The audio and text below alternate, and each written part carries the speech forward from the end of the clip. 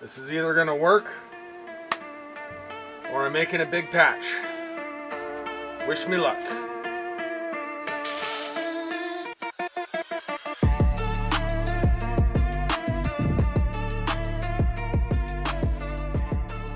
Well, boogity boogity boogity boys, it's time to build us a roll cage. We've got one very built blazer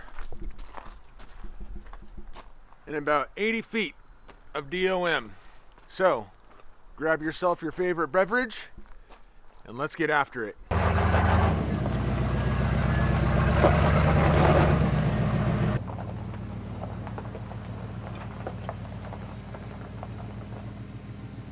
Well, let's take one last peek at this interior before it changes forever. It is never going to look like this again.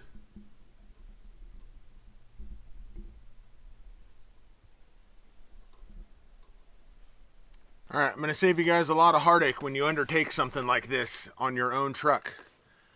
We're about to take a whole bunch of stuff apart inside here, and there's no way that I'm going to remember exactly how everything goes back together and what fasteners go with what if I just put them all in a pile. So, label everything. Bag everything up and separate it. Make your own life easier in the future. Future you will thank right now you for being thoughtful about future you's needs. Be a good person. Do this for yourself.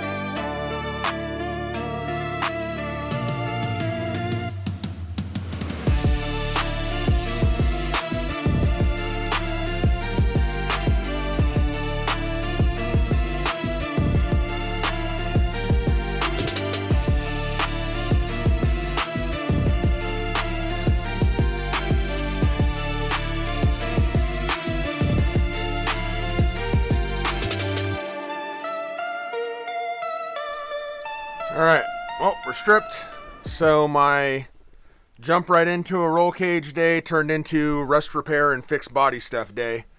I got a crack forming by the seat mount right here, which is super common on these trucks to get cracks around your seat mounts. You can see there was one here at one point that someone already tried to fix, and it's gotten a little crusty, so I'm going to uncover all that, see if I can find any more cracks in there, get the rest of this old sound deadening junk off. Same thing on this side. I'm going to inspect this area real good, see if there's any cracks starting under any of this junk. We've got a little bit of a hole starting right here. I'll fix that. This corner's getting a little crusty, so I'm going to wire wheel that and see what we got left in there, or if I need to make some patch panels in there. So, well, now that we kind of cleaned up where I know some rust areas are and stuff, this is definitely worse than I thought it was going to be. You can see this previous repair that someone butchered in here. Starting to get some holes. And this is just like a lightning bolt, man. Like, this mount, we got the crack here that I showed you earlier. And then it's cracking all around the mount.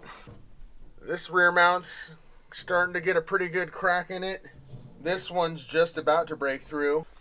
This is a little pitted, but it's a lot better than I thought it would be, and I can't see anything through it. And then we've got a bunch of random spots that are just kind of pitting, but they don't feel weak. I think I got it before it got too bad. Definitely not going to get nearly as much done today as I wanted, but so be it. It happens. Welcome to working on old cars, right? Never goes as planned, but we'll still get progress. We'll get her done. Worst case scenario, I got to spend a day or two fixing rust, and then we start on the roll cage. But it's done right, and that's the important part. Morning, boys. Day 2. So, here's where we're at. Yesterday, start off with the intention of just gutting it and getting right into the roll cage. Find a bunch of cracks and rust in the floor. The more I clean it to prep that and double check the floor, the more rust and cracks I find. So then I switch gears. I'm like, okay, I got to go get some metal. We're going to fix all this rust because there's no point in putting a really nice cage on a not really nice foundation, right? Because then it's just going to get worse underneath it and fall apart underneath the cage. And that's no good. I want to keep this truck forever. So we get that. The more I tear it down, the more rust and cracks I find. Then I'm like, okay, well, I don't want a 5-color floor with primer spots here and there. And I initially wanted to bedline the interior of this thing anyways. So then I decide, okay, well, while it's all like this, I'm just going to Raptor line the inside, right? Do you suffer from scope creep? Do you find yourself mid-project saying things like, well, I've already taken it apart this far, or, while I'm in here, I might as well, or, upon further analysis, it really wouldn't be that much more work? Then you need to talk to your doctor about trying a dose of calm the F down, because it escalates quickly from here. So then I decide, okay, well, while it's all like this, I'm just going to Raptor line the inside, right? So I strip it apart further and to get to where I can Raptor line it up to where I want to Raptor line it. And I get to looking up under that dash and I come to the realization that, you know what? I think I actually can fit my A-pillar tubes through the dash on the top, right along the A-pillar, and still keep my factory AC working, as opposed to having to go around the outside of the dash, which crowds your legroom more and doesn't look as trick. So, after thinking on it all last night and yesterday and stuff, I've got our finalized plan. This is what we're doing going forward, because I don't foresee myself coming across any more issues, right? The truck's gutted. There ain't nothing left in here. So here's what we're going to do. We are going to... I want to preserve this as much as I can, because I feel like this crazy crack fix that someone did is kind of like part of Merle's history.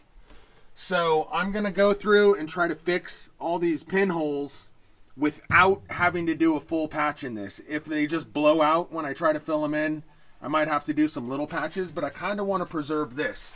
I'm going to fix all these cracks. That's what we're going to do today. Fix all those cracks. And then any areas that are kind of like this pitted rust and this pitted rust, these are all still really solid. So I'm going to put rust encapsulator on those. I grind them out some more too to get all the rust that I can get to, and then rust encapsulator in there to lock it in and stop it on the top side and on the bottom side so that they don't degrade further at all. Then we're going to keep prepping this for bed liner. So the entire interior, front to back, it's all going to get bed lined while we've got it apart, and that's better to do before we get the cage all the way in. But I can start bending the hoops. So the plan with the cage here is now I'm going to go through the top of the pillars, or through the top of the dash. So we'll come down the pillar, through the dash. I'm 99% sure that I can keep my factory AC working, and that's a non-negotiable for me. I got a wife and a kid. They ain't going to go with me if I don't have AC. So as long as I can get that through there, we're going to tear the dash apart a little bit more today and make sure. As long as I can get my tubes through there, we're going to go that way. And then because this store is like this, it's already all cracked. It's going to be repaired. If I just remount seats to the floor, it's only a matter of time. They're going to crack again. So I'm going to add a couple bars in, and we're going to cage mount the seats. And then I'm going to reinforce the cage to the seatbelt mounting points so that everything's good and solid and locked in. And if we ever change seats in the future, it won't be a big deal to change them. When we get to that part, I'll show you how I'm going to do that and kind of my thought process on designing my seat mounts, because I got them in my head how I'm going to do them.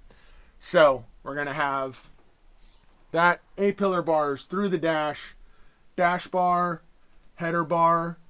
We'll have a spreader up here for strength into the corners, and then I'm going to have an integrated center console here with another switch panel recessed in up here, and that's going to control everything inside, my interior lights, the seat heaters, anything like that. So that panel's all external lights, lockers, compressors, all that stuff. This one will be all internal stuff, because like I was saying, I would like to kind of preserve this crazy lightning bolt crap that people did here, because we're going to have seat bars. So there's not going to be any load on this anyways, as long as it's together and the rest is handled. And normally you would cut all of this out and remake all of it. You'd cut back to good sheet metal and remake it from there. This is either going to work or I'm making a big patch. Wish me luck.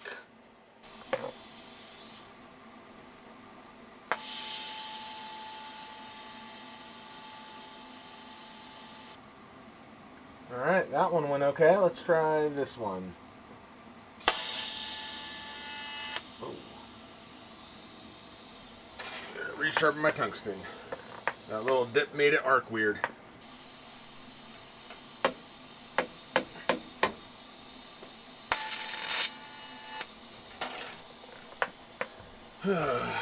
Well, today is one of those days where I'm living in Dip City. Take me down to the Dip City. Alright, well, the good news is it seems to be working. The bad news is that I'm like a swimming expert today, and I am now the mayor of frickin' Dip City. But at least it's going and filling those up alright. So I'll take the win that I got and just keep sharpening this thing and call it good. Some days are just like that with TIG welding. Some days I'll go hours and not dip anything, and then some days you'll be doing something all feisty like this, and it's like every 10 seconds.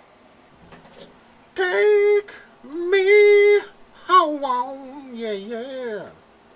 Take me down to the Dip City where the grass is brown and the girls ain't pretty. So what I was doing there is I was getting a good amount of filler in to get that rust hole filled in. Let it cool down for a second. And then hit it again and just try to feather that filler into the surrounding good metal so it's not sitting up tall and it melts it in better. Try to fill that in. I don't know if that's the best way, but that's a way, and it seems to be working, so I'm just going to roll with it. I'm not going to lie. This is actually going better than I expected it would. So when we're all done here, I'll be fully honest with you guys. I'll show you what we got done here. It definitely ain't my prettiest work, but this is kind of like trying to weld a dick on a snowman. Yeah, a little better. So we're trying to get this lined up as close as I can together. I'm not going to be super crazy about it because it's exhaust is in the way, frame's in the way, everything's in the way to try to get this there. So I'm going to get it as close as I can, and then we'll show you how to deal with cracks like this when you're doing that. There's a specific way you kind of have to weld them up so that they don't just start all over again. Alright, we got the game changer, the hammerhead.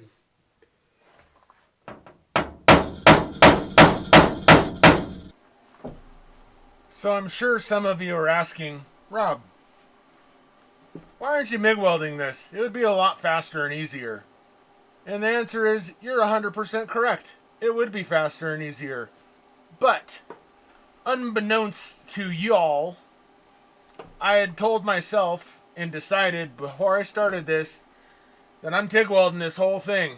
This whole roll cage is getting TIG welded because I want to ramp my own skill level up with doing that, even though MIG welding for this intent and purpose is 100% fine, and that's what most people would do. I'm trying to challenge myself on purpose. So when I found all this rust in the floor, I had already kind of decided off camera that I'm TIG welding everything. So life decided to throw more challenges at me with this build, with rust issues and cracks and all that stuff. So I took that as God letting me know I need to practice more on the TIG welder here. So we're just going to keep doing it that way because I feel like that's the way I'm supposed to do it. So that's what I'm going to do.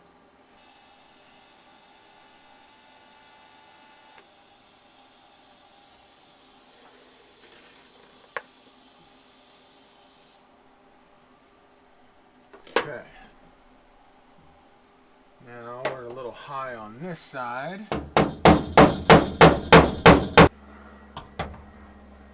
So, what you do on cracks is they've got leading edges, right? This one's, its leading edge is right here. This other side, the leading edge is right here. So you go to the tip of the leading edge because that's where it's tearing the metal, right? Right here, right on the tip of that is where the metal's tearing and growing the crack. And you take a small drill bit. I think this one's a 7 something, whatever. It's one step below an 1/8 inch. And you drill it out at the tip. You got to make sure you get to the tip of the crack, but you drill it out at the tips. Anywhere there's a finger coming off, like right here, there's a finger here. There's the little finger right here. You got to drill all those out to stop the crack from growing because now it doesn't have that leading edge to keep ripping. You break that leading edge, and then you can go through and weld it back up. If you don't do that, if you just weld that back up, somehow that leading edge is like still there and it'll start ripping again. So you gotta break that leading edge to stop the rip. So now we've broken those fingers and I can weld this up and that crack won't continue.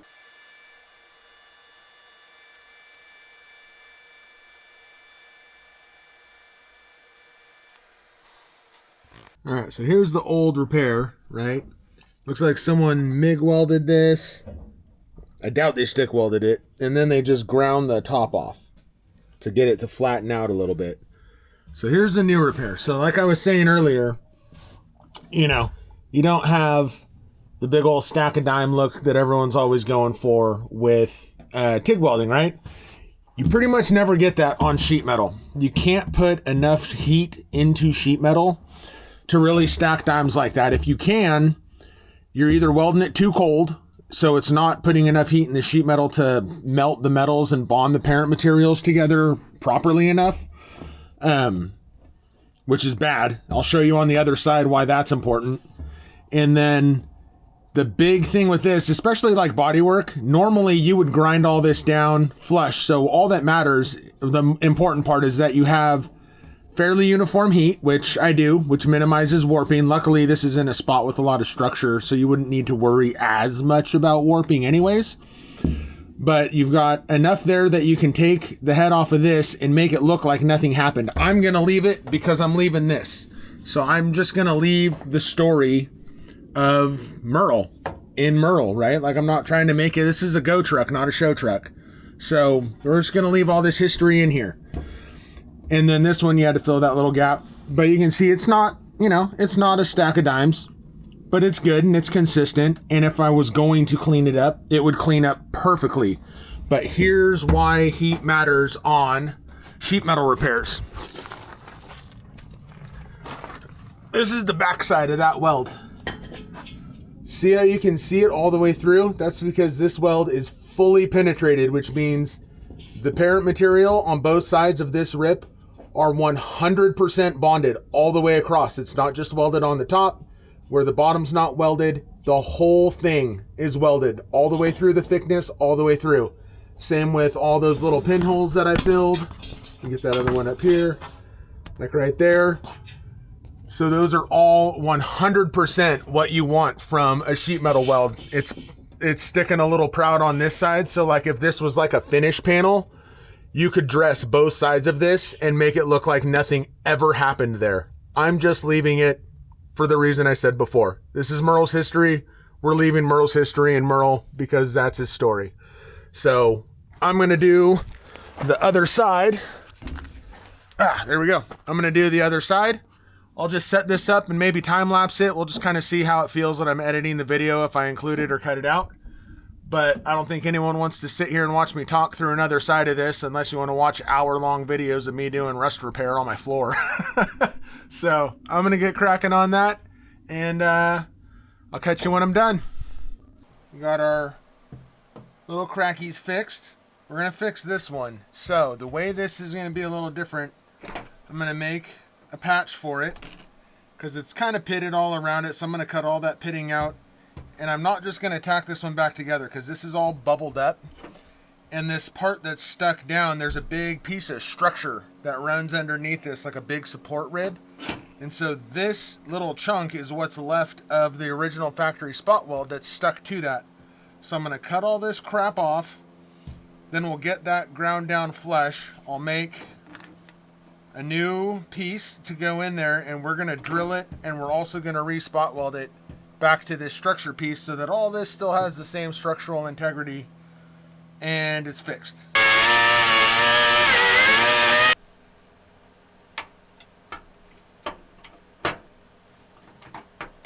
See? So there's our structure. There's that little spot weld piece. So we're gonna grind this chunk of it off, clean this up, hit this all with like weld through primer, clean all these edges, fit our new piece, get her all fixed.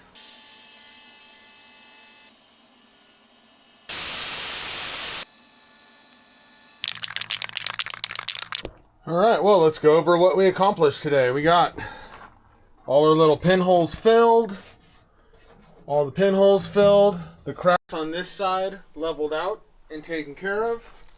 We got all our cracks on this side taken care of, got our hole filled, that styled in there. So,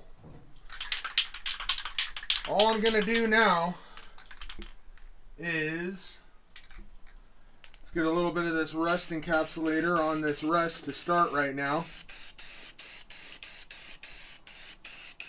At least where it's porous, right? Let that start kind of working in and doing its thing. And we're going to cover up these guys with some self-etching so they don't get rusty again.